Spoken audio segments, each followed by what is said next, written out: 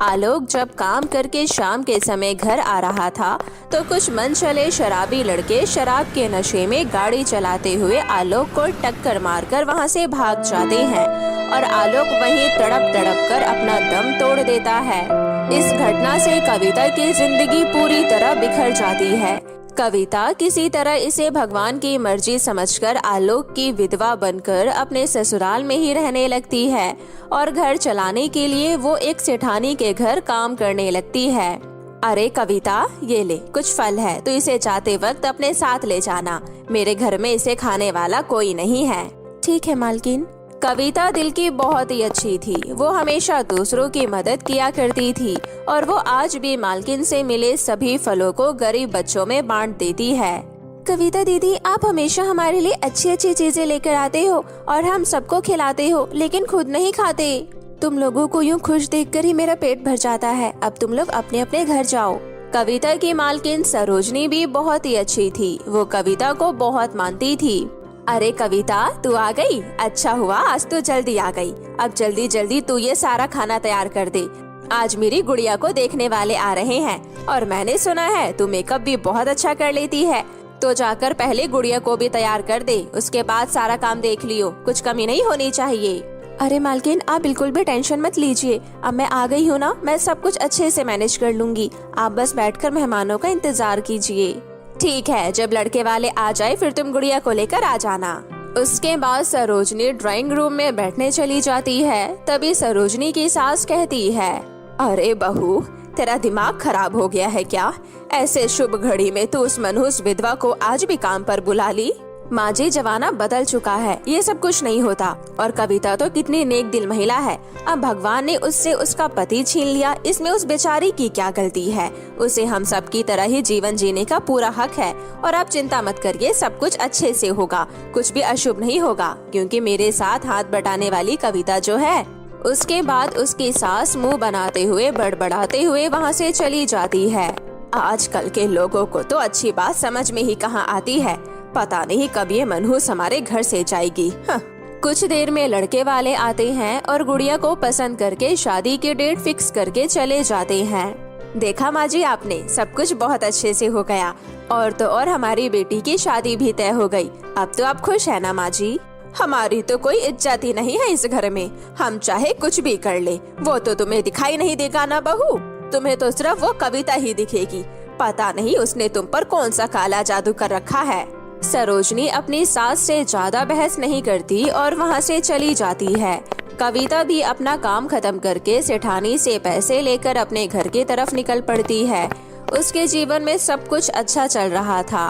तभी एक दिन जब कविता बाजार से सब्जी लेकर घर वापस आ रही थी कि तभी उसे किसी के रोने की आवाज सुनाई देती है।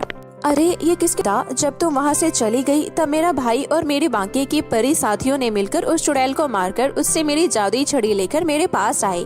अपनी जादुई छड़ी की शक्तियों से मैं ठीक हो गई।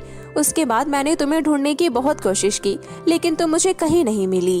एक विधवा औरत का यूँ अचानक से गर्भवती होने की वजह से गाँव वालों ने मुझे चरित्रहीन बोलकर गाँव से भगा दिया, जिसके बाद मैं इस जंगल में आकर रहने लगी। मैं तुम्हारा कैसे शुक्रिया अदा करूं? एक विधवा औरत होने के बावजूद भी तुमने मेरी मदद की। तुमने मेरी वजह से बहुत कष्ट उठाए और फिर मेरी दोनों बच्चियों को सही सलामत जन्म दिया। तुम्हारा बहुत बहुत शुक्रिया। कविता, अब तुम्हें फिक्र करने की कोई जरूरत नहीं है। अब तुम यहाँ से आगे की जिंदगी खुशहाली के साथ जियोगी। इतना कहकर परी अपने भाई परा से शादी करने का प्रस्ताव कविता के सामने रखती है।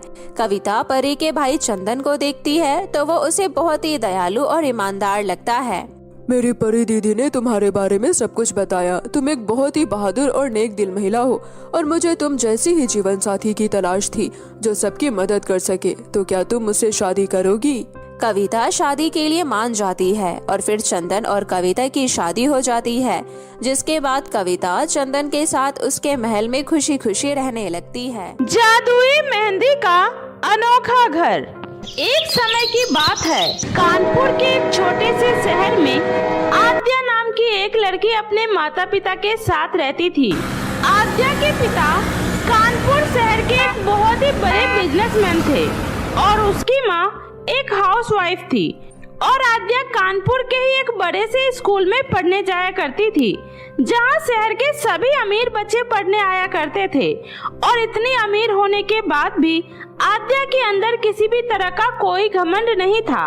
वे सभी के साथ बहुत अच्छे से बर्ताव किया करती थी और इसी वजह से हर कोई आद्या को बहुत पसंद किया करता था। और इसी तरह आद्या हंसी खुशी अपने परिवार के साथ दिन गुजार रही थी। तभी एक दिन आद्या के माता पिता एक पार्टी से वापस घर लौट रहे होते हैं। उसी समय अचानक से मौसम बहुत ज्यादा खराब हो जाता है और खराब मौसम होने की वजह से उनकी कार का एक ट्रक के साथ एक्सीडेंट हो जाता है और वहीं पर आद्या के माता पिता की मृत्यु हो जाती है। और जब ये बात आद्या को पता चलती है तो वो पूरी तरह से टूट जाती है और फूट फूट कर रोने लगती है। माँ, पिताजी, आप दोनों मुझे छोड़कर क्यों चले गए? मैं आप दोनों के बिना कैसे रहूंगी? प्लीज पिताजी, माँ वापस आ जाइए ना। इतना कहकर आद्या जोर जोर से रो रही थी, क्योंकि अब वो पूरी तरह से अनाथ हो चुकी थी और उसका अब इस दुनिया में कोई नहीं था सिवाय उसकी चाची कावेरी के, जो कानपुर शहर में ही एक किराए के घर में अपनी बेटी काजल के साथ रहा करती थी। आद्या की चाची कावेरी और उसकी बेटी काजल एक नंबर की लालची इंसान थी।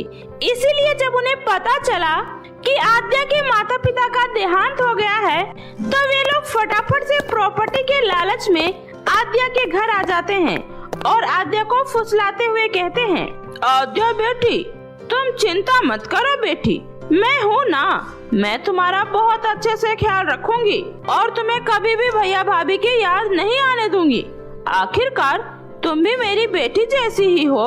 हाँ दीदी, आप परेशान मत होइए, हम लोग आपके साथ इसी घर में रहेंगे और आपको कभी भी अकेला महसूस नहीं होने देंगे। इस तरह से कावेरी आद्या के साथ बहुत अच्छे से बर्ताव करती है और कावेरी की बेटी काजल भी आद्या को अपनी बड़ी बहन की तरह माना करती है। लेकिन एक दिन जब कावेरी अपनी चालाकी से प्रॉपर्टी के सारे पेपर आद्या से साइन करवाकर अपने नाम करवा लेती है तो वो उस दिन के बाद से अपना असली रंग दिखाना शुरू कर देती है और वो आद्या से अब नौकरानी की तरह घर का सारा काम करवाने लगती है। और काजल भी अब आद्या को परेशान करने का एक भी मौका नहीं छोड़ती है। तभी एक दिन, चाची जी, मैंने घर का सारा काम कर लिया है, तो क्या अब मैं खाना खाने जा सकती हूँ?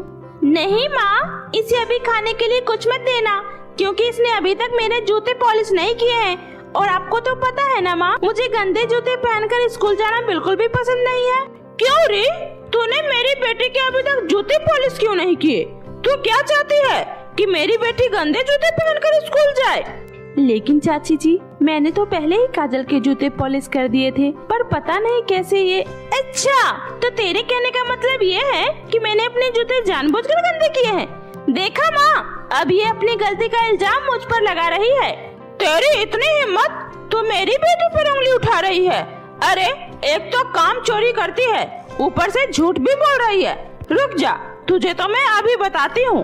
इतना कहकर कावेरी आद्या को बहुत मारती है और कहती है, खबरदार जो तूने आज खाने को हाथ भी लगाया तो आज तुझे पूरे दिन खाना नहीं मिलेगा, समझी? इतना कहकर कावेरी वहाँ से चली जाती है और आद्या बेचारी आंखों में आंसू लिए काजल के जूते पॉलिश करने लगती है, जो काजल ने जानबूझकर गंदे किए थे। और इसी तरह से हर रोज कावेरी और उसकी बेटी काजल आद्या पर अत्याचार करने का एक भी मौका नहीं छोड़ते हैं और आद्या बेचारी चुपचाप सब कुछ सहती रहती है, क्योंकि उसके पास इसके अलावा और कोई चारा नहीं था। तभी एक दिन जब कावेरी और उसकी बेटी काजल पार्लर से हाथों में मेहंदी लगवाकर घर वापस आती है तो उसी समय कावेरी कहती है, अरे करमजली, कहाँ मर गई? जल्दी से हमारे लिए ठंडा ठंडा जूस लेकर आ। कावेरी के इतना कहते ही काव्या फटाफट से उसके लिए जूस लेकर आती है और कहती है, ये लीजिए चाची जी, जूस। अरे अकल से अंधी, तुझे दिखाई नहीं दे रहा हमारे हाथों में मेहंदी लगी हुई है, तो हम अपने हाथों से जूस कैसे पियेंगे? कोई बात नहीं काजल, मैं पिला देती हूँ। इतना कहकर आद्या अपनी चाची और अपनी बहन काजल को जूस पिलाने लगती है। तभी वो कहती है, काजल, तुम्हारी मेहंदी तो बहुत ही अच्छी लग रही है। हाँ मुझे पता है, इसलिए तो मेरी मेहंदी पर नजर लगाना बंद करो। अरे बेटा, पार्लर वाली ने तुझे मेहंदी की एक कोन भी दी होगी ना, तो तू उस कोन को मुझे दे देना। मुझे वो कोन तुम्हारी मौसी को देनी है। हाँ माँ, मैंने वो कोन संभाल कर अपने पर्स में रख लिया है। जब शादी में जाएंगे तब मौसी को दे देंगे। ऐसे ही अगले दिन जब दोनों माँ बेटी तैयार होकर शादी में जा रही होती है, तभी कावेरी आद्या से कहती है, सुन कर अंजलि, हम दोनों बाहर शादी में जा रहे हैं, इसलिए घर का अच्छे से ध्यान रखना। और हाँ, किसी भी चीज को हाथ लगाने की कोशिश भी मत करना। वैसे तो मैंने हर जगह ताला लगा दिया है, लेकिन फिर भी इस बात का ध्यान रहे, समझी? जी चाची जी। इतना कहकर जैसे ही कावेरी और काजल वहाँ से जाने लगती है, उसी समय काजल के पर्स में से वो मेहंदी की कोन नीचे गिर जाती है और वे लोग वहाँ से चले जाते हैं। तभी सफाई करते समय जब आद्या को वो मेहंदी का कोन मिलता है तो वो कहती है, अरे ये मेहंदी की कोन यहाँ पर कैसे आ गई? कहीं ये चाची जी की तो नहीं है? वैसे मेरा भी बहुत मन कर रहा है मेहंदी लगाने का। काश मैं भी अपने हाथों पर मेहंदी लगा पाती। आद्या इतना कह ही रही होती है कि तभी आधे रास्ते जब काजल को पता चलता है कि उसके पर्स में मेहंदी की कोन नहीं है, तो वो फटाफट से मेहंदी। एक गांव में बिमला नाम की एक औरत अपनी 2 बेटियां सुमन और काजल के साथ रहा करती थी। बिमला का पति सुरेश एक नंबर का कामचोर और नशेड़ी किस्म का इंसान था। वो हमेशा नशे की हालत में इधर उधर पड़ा रहता था। लेकिन बिमला को तो अपनी दोनों बच्चियों का पालन पोषण करने के लिए कुछ तो करना ही था। इसलिए उसने अपने खेतों में केले के कुछ पेड़ लगा दिए और उन्हीं केलों को बेचकर वे अपनी बेटियों का पालन पोषण करने लगी। और ऐसे ही कुछ महीने बाद बिमला फिर से गर्भवती हो जाती है। ये बात सुनकर सुरेश बिमला से कहता है, अरे मेरी बात को ध्यान से सुन, अगर तूने मुझे इस बार बेटा नहीं दिया तो मैं तेरी इन दोनों बेटियों को ले जाकर कूड़ेदान में फेंक कर आऊंगा, समझी? सुरेश की ये बातें सुनकर बिमला बहुत घबरा जाती है, क्योंकि बेटा हो या बेटी ये सब तो ऊपर वाले के हाथ में ही होता है। लेकिन समाज की इस दकियानुसी सोच को भला कौन बदल सकता है? और इन्हीं सब की चिंता में बिमला धीरे धीरे कमजोर पड़ने लगती है और ऐसी अवस्था में भी वे खेतों में काम करके अपने शरीर को और भी कमजोर बना लेती है। तभी एक दिन ऐसे ही बिमला जब अपने खेतों में काम कर रही होती है, उसी समय अचानक से बिमला के पेट में दर्द शुरू हो जाता है और उस समय किसी की मदद न मिलने की वजह से बिमला वहीं पर एक बेटी को जन्म देकर अपना दम तोड़ देती है। जिसके बाद सुमन और काजल अपनी नवजात बहन अनन्या को अपनी गोद में उठाए जोर जोर से रोने लगती है। और वहीं सुरेश बिमला के जाने के एक दिन बाद ही कौशल्या नाम की दूसरी औरत से शादी करके उसे घर ले आता है और कौशल्या घर में आते ही अपना असली रूप दिखाना शुरू कर देती है और कहती है, तुम दोनों मेरी बात को ध्यान से सुनो, ये मेरा घर है, कोई अनाथ आश्रम नहीं जो तुम दोनों यहाँ पर मुफ्त की रोटियाँ तोड़ोगी। इसलिए ये टोकरियाँ उठाओ और जो तुम्हारी माँ ने केले के पेड़ लगाए हैं ना, उसमें से केला तोड़कर बाजार में बेच कर आओ और जितने भी पैसे मिलेंगे चुपचाप से लाकर मुझे दे देना। और एक बात और, अपनी इस नवजात बहन को भी अपने साथ ले जाओ, वरना दिन भर रो रो कर मेरा सर खा जाएगी। इतना सुनकर काजल और सुमन सर पर केले की टोकरी और अपने हाथ में अपनी नवजात बहन अनन्या को लेकर बाजार में केले बेचने जाती है कि उसी समय अनन्या जोर जोर से रोने लगती है। तभी सुमन कहती है, अरे ओ मेरी प्यारी बहन, तुम क्यों रो रही हो? क्या हुआ?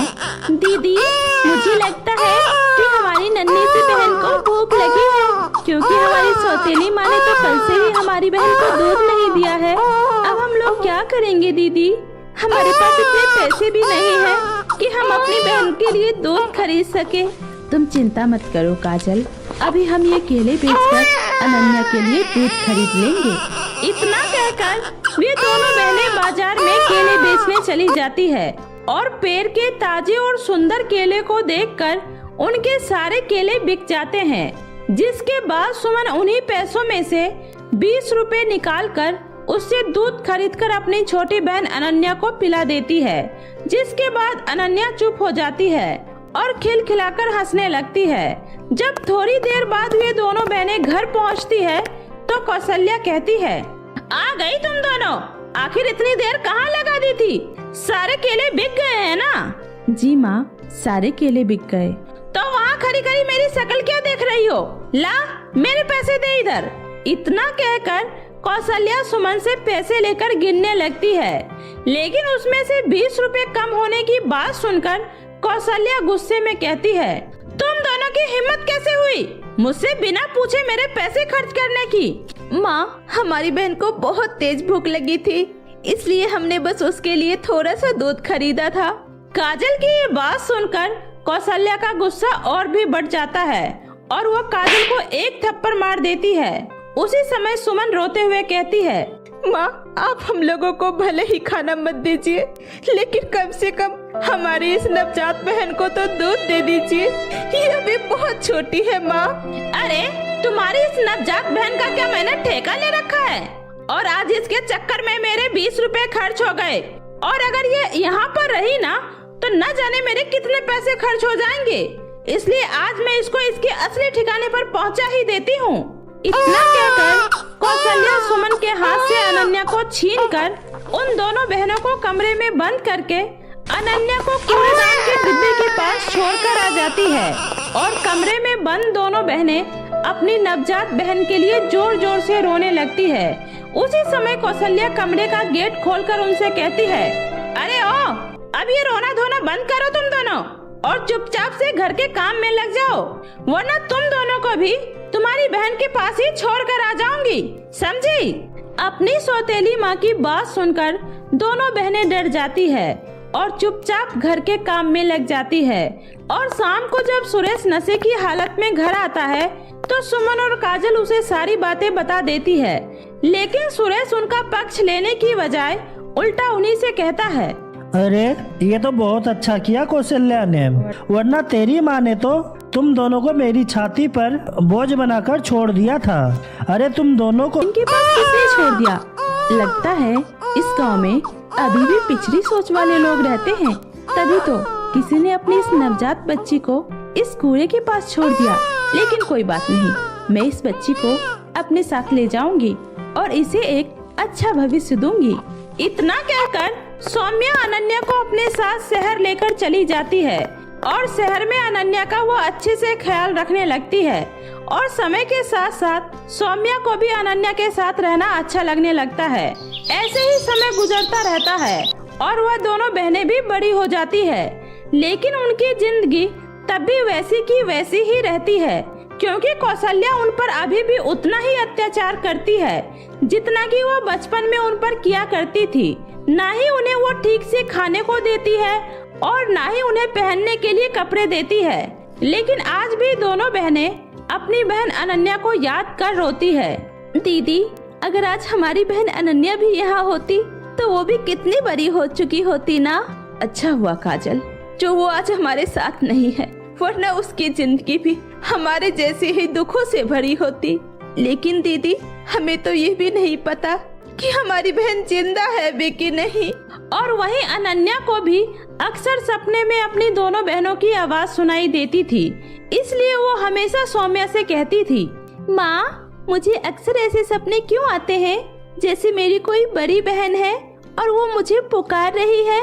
बेटा, शायद इस दुनिया में तुम्हारी कोई बहन हो और वो तुम्हें हमेशा याद करती हो, इसलिए शायद तुम्हें ऐसे सपने आते हैं।